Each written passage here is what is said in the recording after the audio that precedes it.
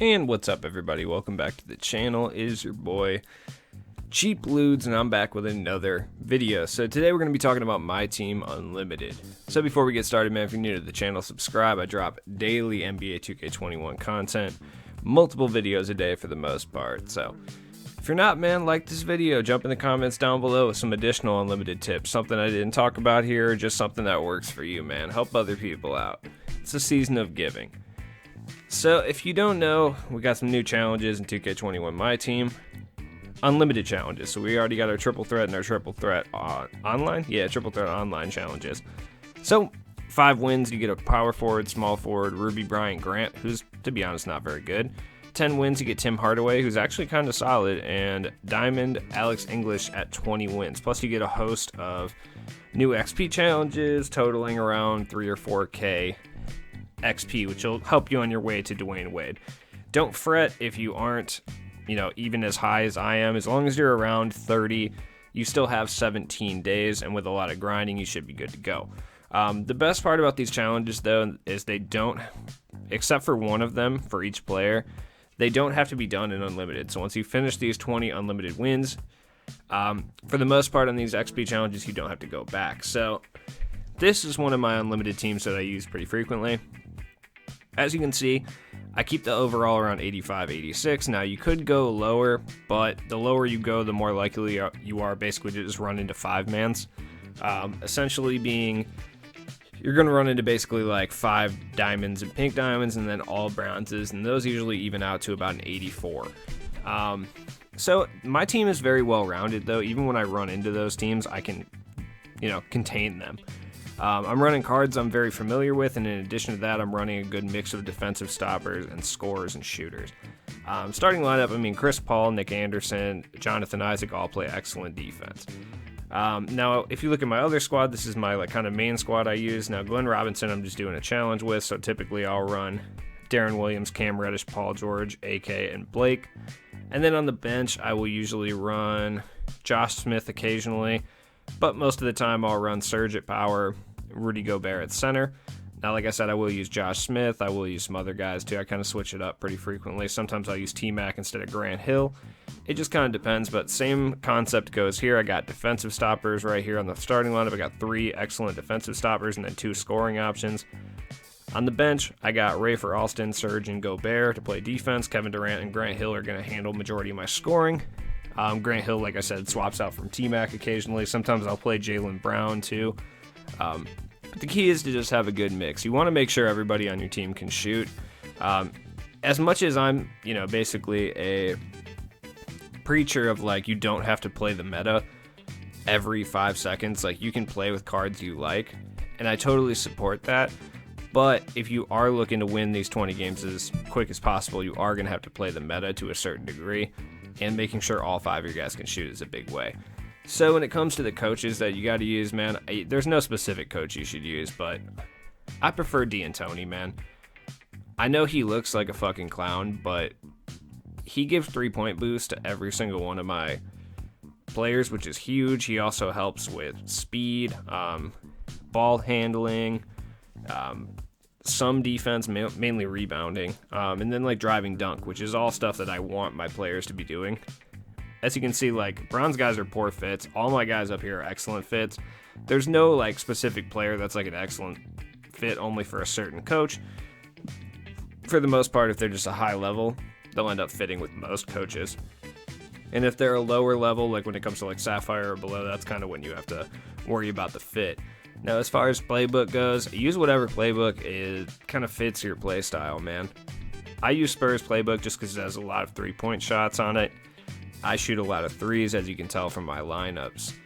Raptors playbook is alright if you have kind of a versatile team. I could probably get away with using the Raptors playbook.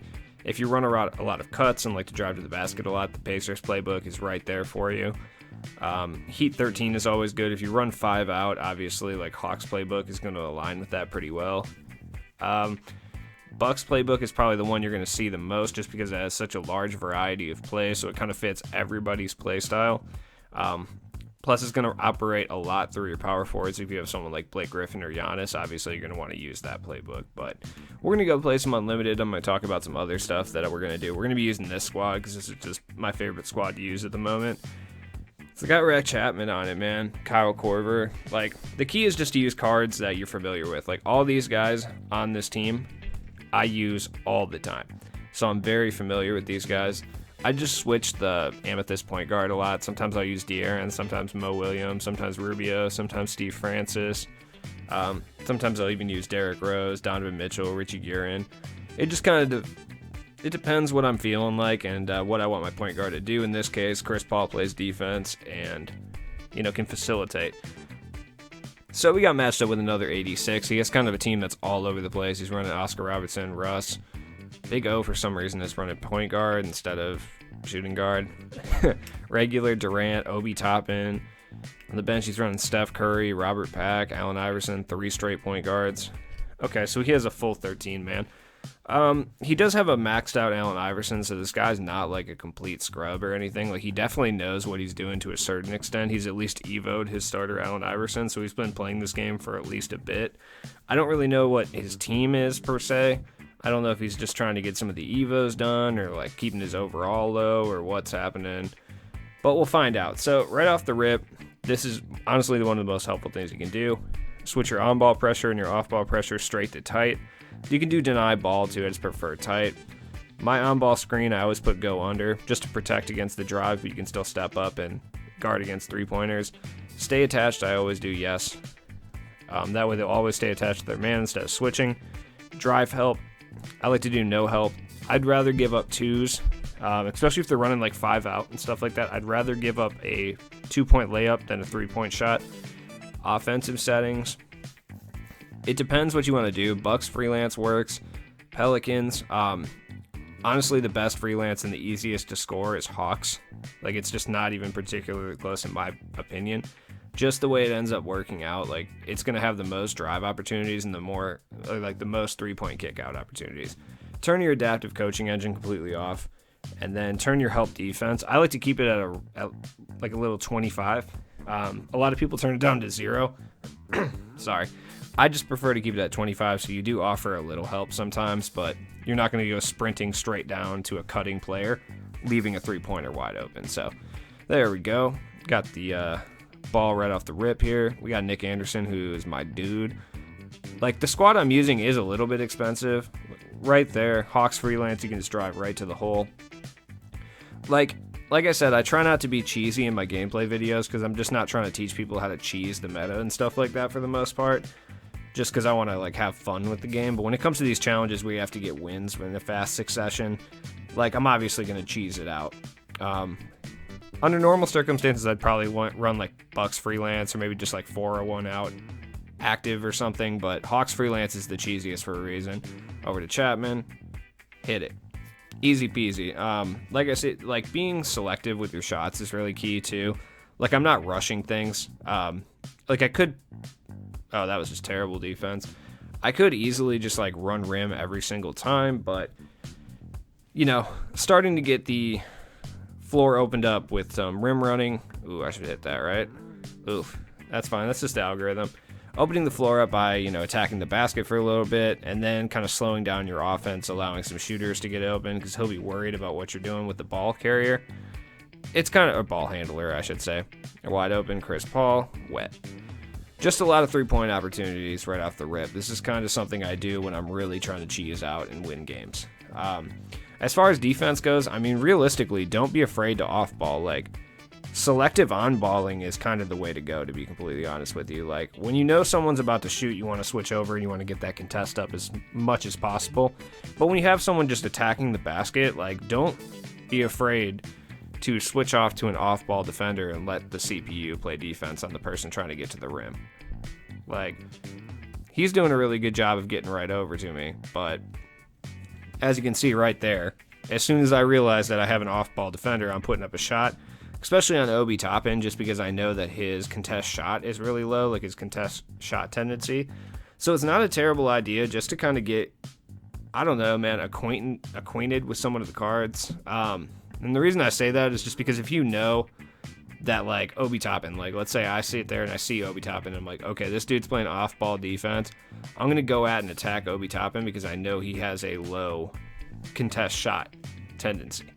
So knowing those things, like those little intangible things about cards, are gonna be key to winning games.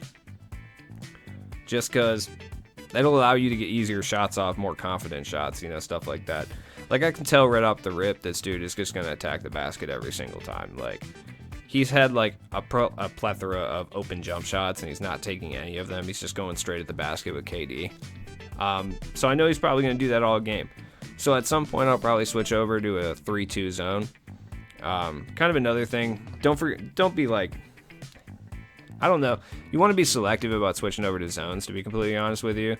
Just because, like, if I'm attacking the rim a lot and someone switches over to a 2-3 zone, I'm going to kill them after that. Like, I'm just going to chuck a bunch of threes, and there's pretty much nothing they can do about it. Chris Paul's pretty unstoppable. He just has lightning fast crossovers. That's why I use him.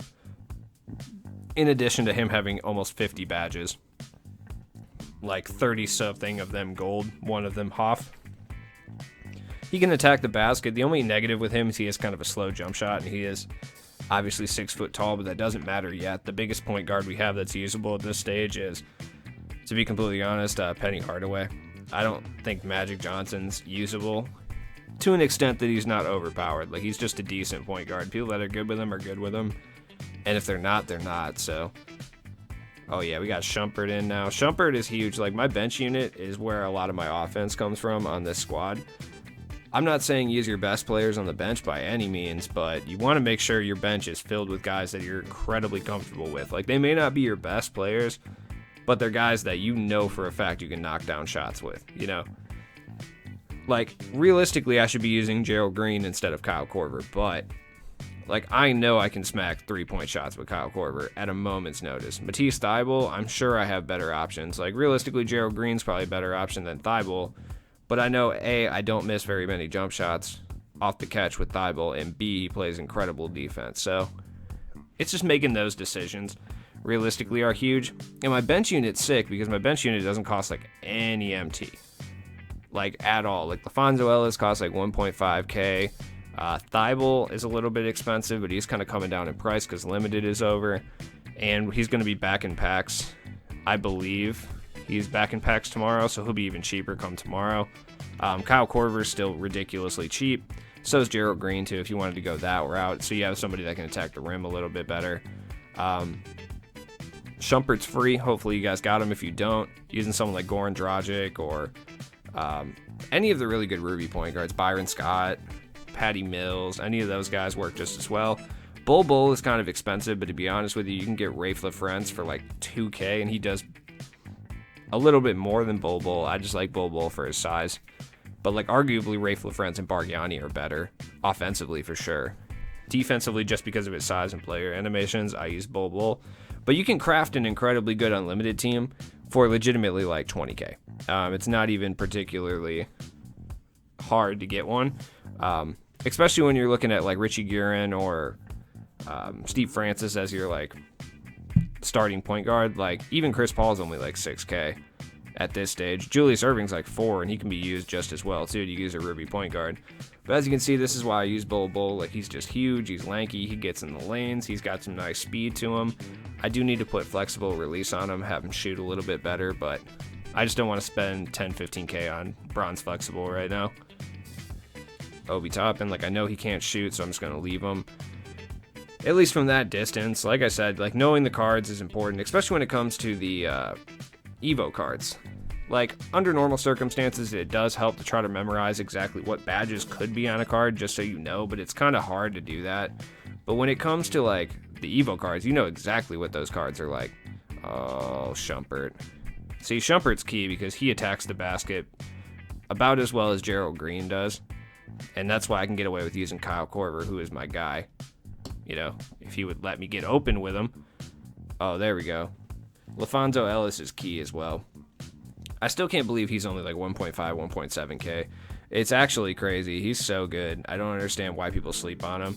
It probably has a lot to do with Bol and Thon Maker, Jonathan Isaac. It just has a lot to do with those guys. that just came out. Oh, that was a terrible shot. I don't know why I shot that. I think that's the only reason, like, Lafonso Ellis gets slept on, and, like, Bargnani and Rafe LaFrentz and all of them. That's why all their prices have tanked. When in actuality, they're arguably just as good, and for certain playstyles, like, even better. Like, realistically, for my playstyle, instead of using Bol, like, Bargnani would be significantly better for this squad, but just for the shot blocking ability, and because it's Bol, like, I'm using him. See, when it comes to Hawks Freelance, you can just do this all day. Like, you can. He can drop down and cover it, but I have enough shooters out there that if he does that, I'm just going to make him pay from outside, or even, like, in Bol's case, he can hit the outside jumper, but he's deadly from mid-range. So, that's another thing, man. Another tip I give people in Unlimited all the time. Do not be scared to shoot the mid-range. I know it's tempting to, like, drive in and go for the dunk and layup, because those are pretty much unstoppable this year. But, like, if you got a mid, or, like, a wide-open mid-range, dude, do not be afraid to take that mid-range. You will crack it majority of the time, I promise. Probably 80 to 90% of the time, you will hit it if it's slightly late or slightly early if you're open. Even if it's contested, you have a really good chance to hit it.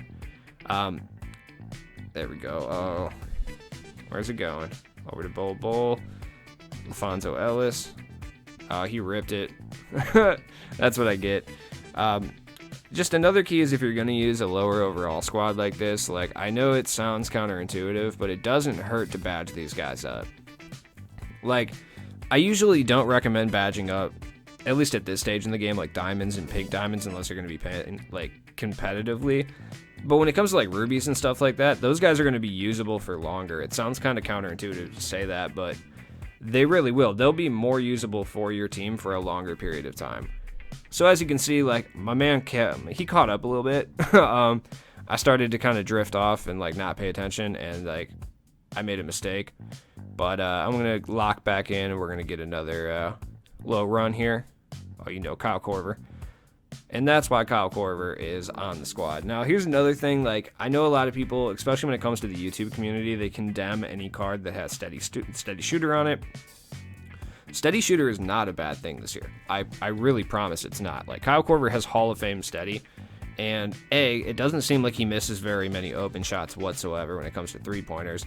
He does seem to miss open mid-ranges, but when is Kyle Korver ever in mid-range position? Never, unless you bring him there.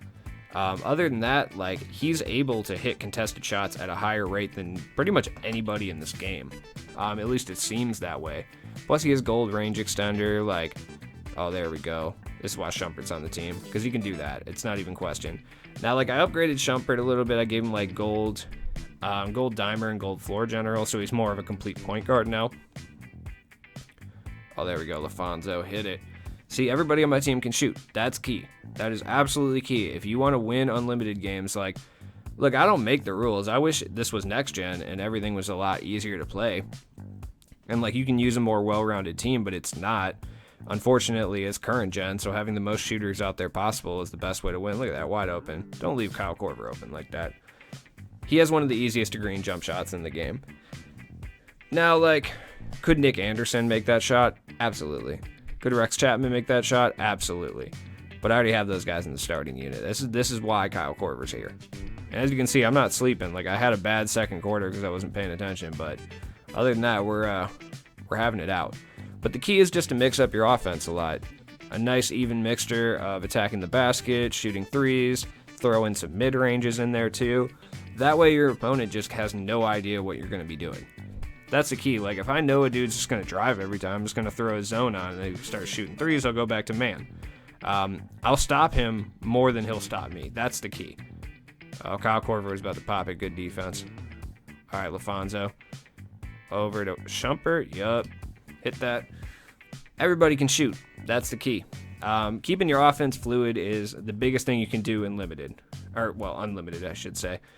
Just because my man doesn't know exactly what I'm going to do. He has to guard the lanes. He has to guard the rim. Because at any point I could take it to the basket. He has to guard the three-point line because I've been shooting crazy amounts. And when I have a guy who comes... Oh, should have hit that. When I have a guy who steps up into the mid-range territory, he does kind of have to step up too because I might hit that mid-range as well. Just kind of leaves your offense completely open. That's what Thibault does right there. He's a master at stealing the ball, and he plays excellent defense. That's crazy. I'm super surprised he made that, but it's fine. Shumpert's my main scorer. Oh, let's go. Oh, that was a terrible shot. That was a terrible shot on my part. Normally that's cashed with Thibault, but I really just released it early. Now another thing, like you notice that I'm playing with the meter on. I personally like the meter on a little bit more, but I have been kind of warming up to playing no meter, and I do recognize that you make a lot more whites on no meter. So if you play with the meter turned off, free throw only is what I recommend. You will make a lot more whites. I have noticed this, but in my opinion, I can't green as thoroughly as I can with the meter on, but you really don't have that lag anymore. Like I was saying, left me open for the mid-range, I will shoot it. It makes them think twice about leaving anyone with the ball in their hands in that position. That's just the biggest key. Thibault with that 99 pass intercept coming into play. Like I said, I got a great mixture of defense, offense, rim running, three-point shooting. Everybody can step out and hit a jumper. Pretty much everyone outside of Kyle Korver can hit the rim if they need to. Everybody can get in on the interior and block shots as far as like my three forwards. Yeah, even Kyle Korver with on-ball defense, he can still play good on-ball defense. You're just going to have to control him. His CPU defense is awful. Oh, there we go. Thibault hit that. Oh, come on, man.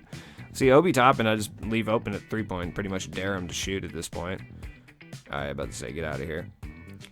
So as you can see, man, you should be able to get to 20 wins no time, just kind of doing the strategies that I'm talking about. I don't have any cheesy methods like, oh, do this one thing and you'll win every game of Unlimited. Like, I don't do clickbait like that. I'm sorry, that was terrible. What? Sometimes with the shot meter, man, you'll just lag and there's just nothing you can do about it. You know, you live with it. But like you guys know my channel, man, I don't have any of that, for lack of a better word, bullshit.